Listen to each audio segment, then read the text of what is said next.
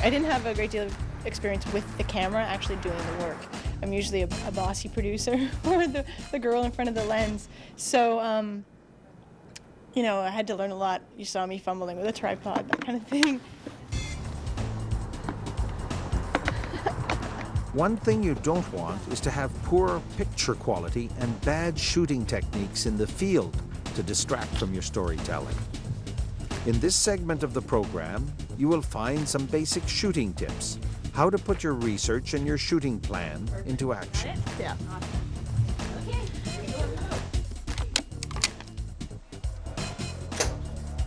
There's a section on simple lighting techniques. We also touch on exposure, how to control picture brightness levels in the field, and very important, sequencing, shooting to edit. And finally, some suggestions for shooting good actuality. But first things first. The first decision you make when you arrive on location is where to place the camera. Oh, you don't know where it went? Just trying to find. That's okay. His stuff is over there. So we can set up in any one of these, Yeah. right? It seems to me, she said, they have extra. When setting up, here are some things to think about. The available lighting conditions. Karen, Will you need to add your own lights to boost the you. existing light sources? Ambient sound. You don't want to shoot an interview, for example, where you can't turn off background music or the public address system. Shooters, always wear your headsets. You also have to think about backgrounds. Be critical when looking through the viewfinder. Compose your shots carefully and frame out any distracting background elements. When possible, you want to shoot talking heads against backgrounds that say something about the subject of the interview. To sit back and just... I'll get back. Hello? Okay, the ambulance is on its way. How many cars are? Okay, yeah. And do you want to do it standing up? I think it'll be a CBC better... producer Diane Duthie and her cameraman Roger Dubois are setting up to interview the manager of this ambulance dispatch center. To give the interview context, Diane wants to shoot it against the background of dispatchers working at their stations. But first,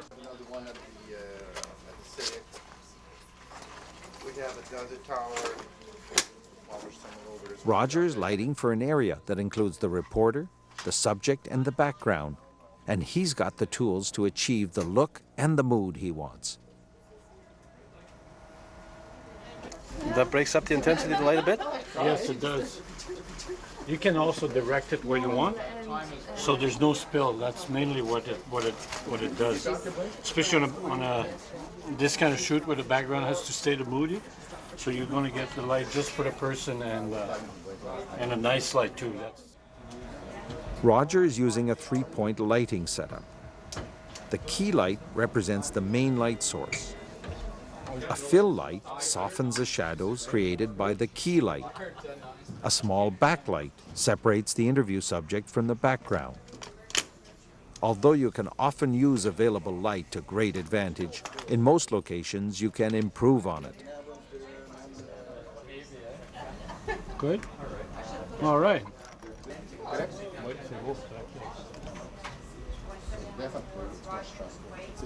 There you have it. Three-point lighting for two people. So tell me what kind of a day you're having here right now. Right now it's a very busy day.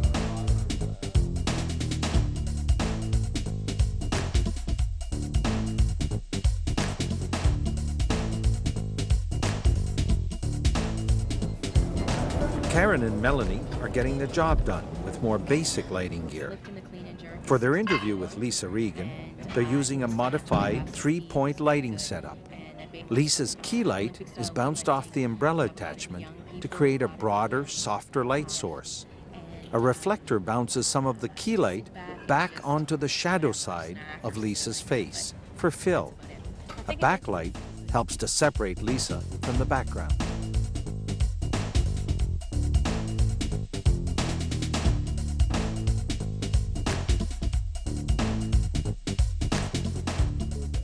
Another way to create separation between foreground and background is to light the background separately.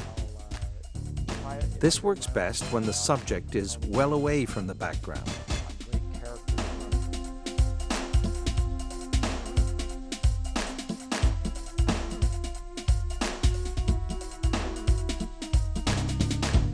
One rule of thumb about lighting: keep it simple.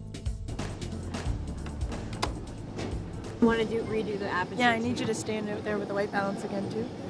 Excuse me. We are in a health club, and I've never been sicker. It's so dark in here. So dark. Actually, you know what? You're standing on this shelf on this side of the light. Exposure is about controlling the brightness level of the picture. The way that's done is with the iris.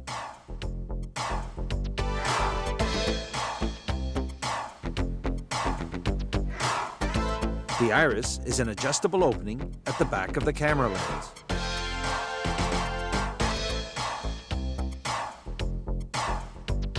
By turning the iris ring on the lens, you can adjust the size of the opening, which is called the aperture. On the iris ring are f-stop numbers. The smaller the number, the bigger the aperture. The bigger the number, the smaller the aperture.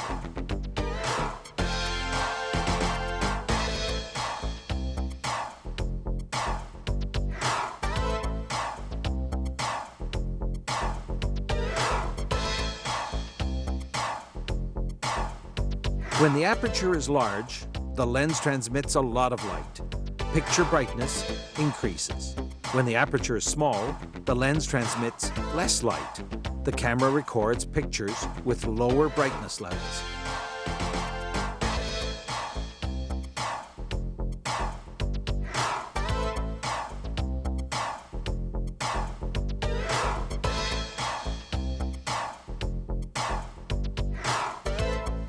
All this to say that when shooting in low light conditions, you will have to increase the aperture for a brighter picture. Iris up. When shooting under bright light conditions, iris down to a smaller aperture for a correctly exposed image.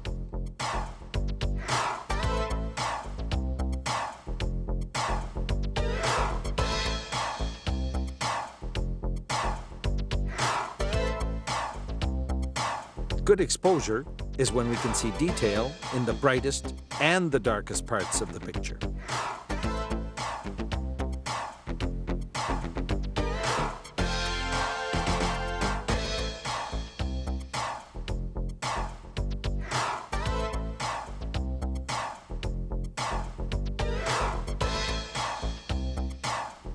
How do you shoot correctly exposed pictures? One way is to use the zebra function on your camera. When you switch zebra on, diagonal stripes appear in the viewfinder over the brightest parts of the picture.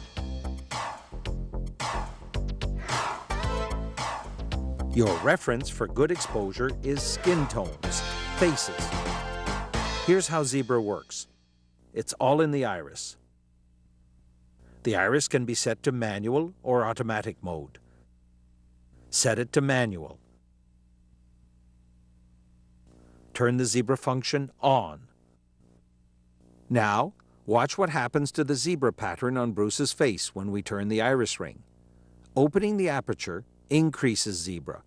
Closing down the aperture reduces zebra. For correct exposure, there should be only traces of zebra, a little on the nose, cheekbones, chin, and forehead. When zebra dominates the face, you're overexposed. No detail in the highlights of the picture.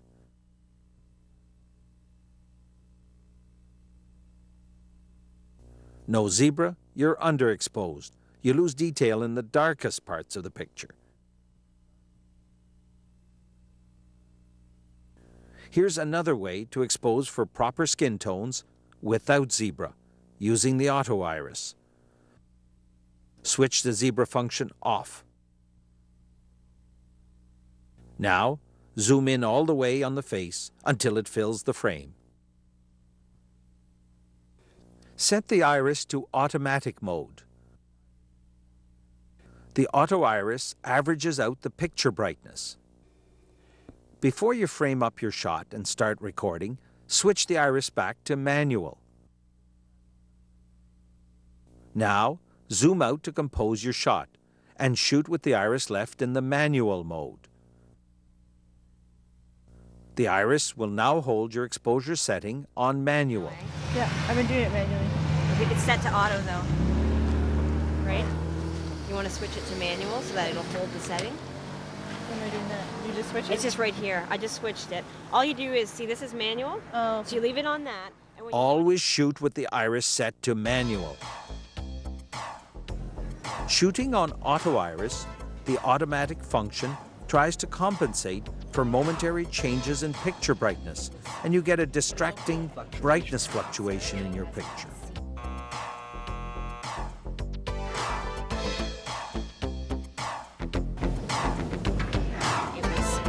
It was okay. It was okay. It was okay.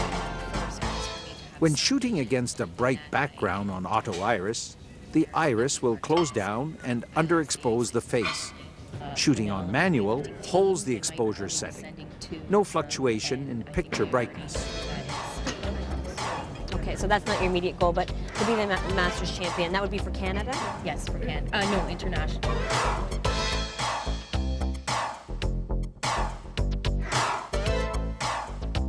By the way, here's how to get correct focus. Before every shot, zoom in all the way on the subject. Focus on the eyes, then zoom all the way back out to compose your shot. Now everything between the subject and the camera will be in focus. One more thing. Every time lighting conditions change, don't forget to reset the white balance on your camera. I just basically open this sucker up. It should be an auto when you're doing Yeah. it.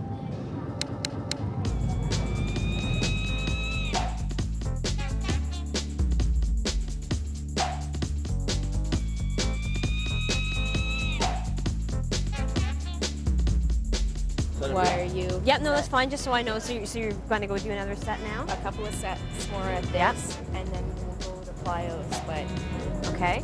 Shooting for editing is about two things: visual storytelling and time management. So Mel, if you just want to come over to here and shoot like this way. I had to have a wide shot yet. We'll do it, they're going to do 2 or 3 more sets, so do a wide shot first. push, push, push, push. Visual storytelling means that whenever you are shooting an action or an activity, shoot it as a sequence, a mini-story with a beginning, middle, and end. Let's go push. Push, push, push. Good. One more. Nice and strong. Good. Push, push, push. One more. Come on. Push, push. Visual storytelling is about shooting an action from a variety of angles and with different shot sizes, related shots that can be edited together in a logical, chronological order.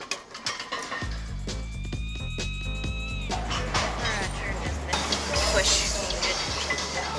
Good. Push. Let's go push. Good. More.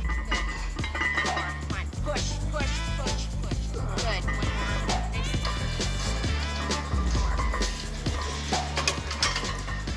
Actually, what we're going to do, just for a second here, we're going to get a shot of me looking at you. So you stay where you were. Okay, I'll just take off my glasses because I think I'm Cindy Crawford. Time management means shooting an activity in a way the editor can cut your shots together to fit the length of the item. For example, when shooting an interview, get a listening shot of the reporter. Requested the control of dispatch, and if you take it into that consent. You've got some gentlemen over there that are doing some upgrades to your system. Yes. You mentioned this a little bit earlier. What are the upgrades? What do they do? Right now, we're installing a radio telephone integrated system. It's a CML. Don't ask me what the acronym means. I have no idea. It's Basically, right now, if you answer a Cutting telephone, to you a have to listening press shot a comes button. in handy Every line when has a answers are button. too You have long. to press and answer. If, While the the audience radio is watches same, the you press reporter, pedal the editor or a can cut button out to find unwanted it, parts of the answer. locate the frequency you're on, and transmit. If you're doing a page, activate a pager when the crews are on call at night, then you have multiple tasks, functions to do. With CML, this integrated radio telephone system, what it'll facilitate with a mouse control, just a click. So if you want to page somebody... We've got some gentlemen over there that are doing some upgrades to your system. Yes. You mentioned this a little bit earlier. What are the upgrades? What do they do? Right now, we're installing a radio telephone integrated system. What it'll facilitate with a mouse control, just a click. Faster, less chance of a mistake. What does that mean for patients? We're saving times and response times, seconds. Seconds counts. The main Listening concern is to shots, get the scene very fast and useful render when fast. answers need to be shortened. You gotta do a reverse shot? We're gonna have to move the lights, eh? An establishing two-shot of the reporter and interview subject is also useful in editing, to introduce the subject or to cover bridging narration. Doctors don't know how to cure this problem because they don't know exactly what causes it. The general theory now is that